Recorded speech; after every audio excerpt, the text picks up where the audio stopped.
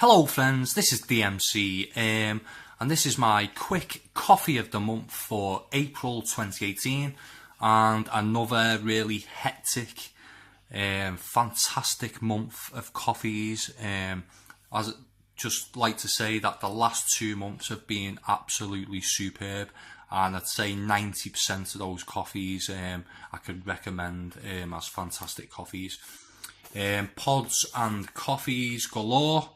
So we'll start off with Amber Coffee Brazilian, a really fantastic Brazilian coffee, but it wasn't my favourite from Amber Coffee. I think it was the Kenyan was my favourite, and the other two, the Nicaraguan and the Guatemalan, I think it was last month that I reviewed, really fantastic. This one just had a little less character than those, so I can, like I say, I can thoroughly recommend it. It's a really fantastic Brazilian coffee.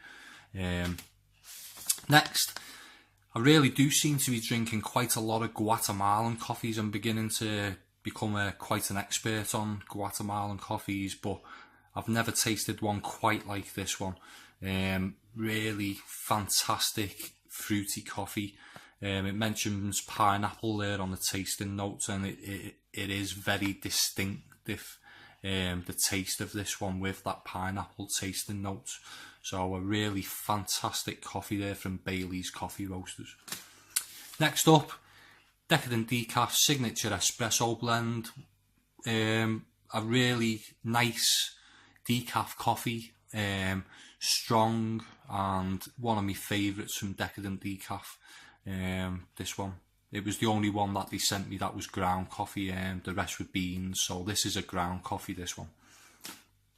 Next up, Darkwoods Arboretum, blended coffee, and I'd say it's a nice coffee, good quality, but taste wise just a little bit bland for me. It's just no sort of not really much life to that one. But when you're getting beans that are like a day or two old, I suppose ground coffee will taste a little bit bland and stale. Next up, Peru Decaffeinated from Waitrose. Really fantastic decaffeinated coffee, this one. I would say it's definitely my favourite decaf that's available in the supermarkets. I would drink this one all the time as a decaf. As I say, I'm quite heavily drinking decaffeinated coffee now, more than caffeinated. And this one really a fantastic, strong coffee. Next up, another one from Amber Coffee, and this was the Nicaragua, and this one again, another really fruity coffee, and I can thoroughly recommend this one. As I say, the roasted date was the 17th, and I think I received it on the 18th. So if you're looking to order from Amber Coffee, they really do get these coffees out to you good and prompt. Next up is Darkwoods Good Morning Sunshine, another one in the same sort of vein as the Arboretum, just a little bit bland. I think this is a Guatemalan coffee as well, this one. It does tell you somewhere on the tag here, and yeah, it's a Guatemalan coffee, 2 different Guatemalan coffees in that one. But as I say, it's a good coffee for drinking on a sort of Sunday morning sort of thing. It's not, doesn't set your pulse racing or anything like that. So that was another, as I say, it's another good quality coffee though. So don't let me think that these are bad coffees. They're not. The real good quality. It's just that the standards are so high this month. Next up was the New King's Coffee coffee bags, 4 different types of coffee they do, and it was the Peruvian decaf, which was my favourite, I think. But as I say, another good quality coffee supplier there. And the next one was the one I received in the my winning competition, which was the Silvestre Cafe Supreme, a 1 kilo bag, and I really didn't get bored of drinking this one.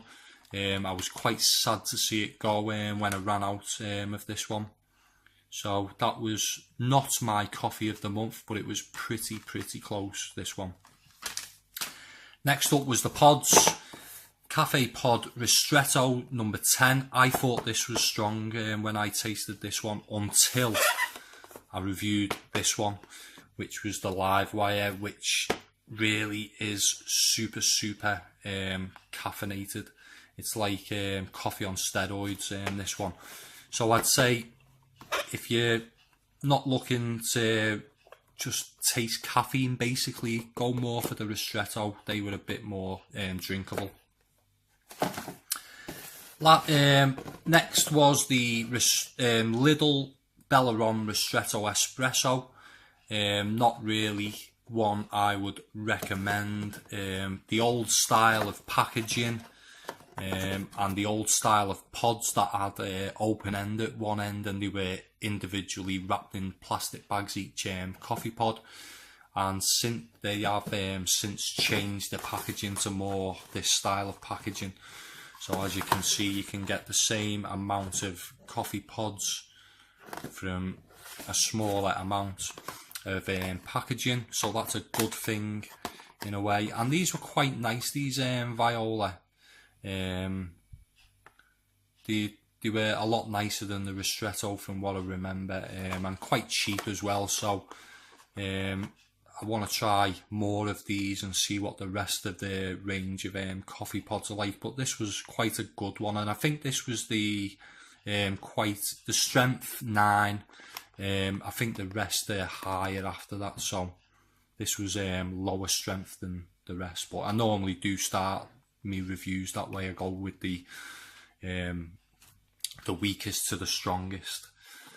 But my coffee of the month, and this is it, the Buxton Coffees Piang Thai coffee beans.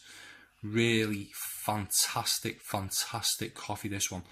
Really would recommend everyone try this coffee. When you grind the coffee, it really fills the house with the aroma of the fantastic beans.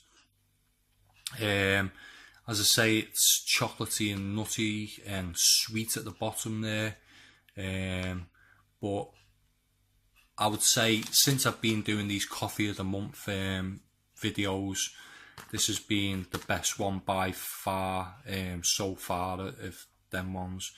So my coffee of the month, the Piang Thai, and I did get that in the Dog and Hat coffee subscription box, so check those out. I'll put links in the description below to all these coffee roasters if anyone's interested.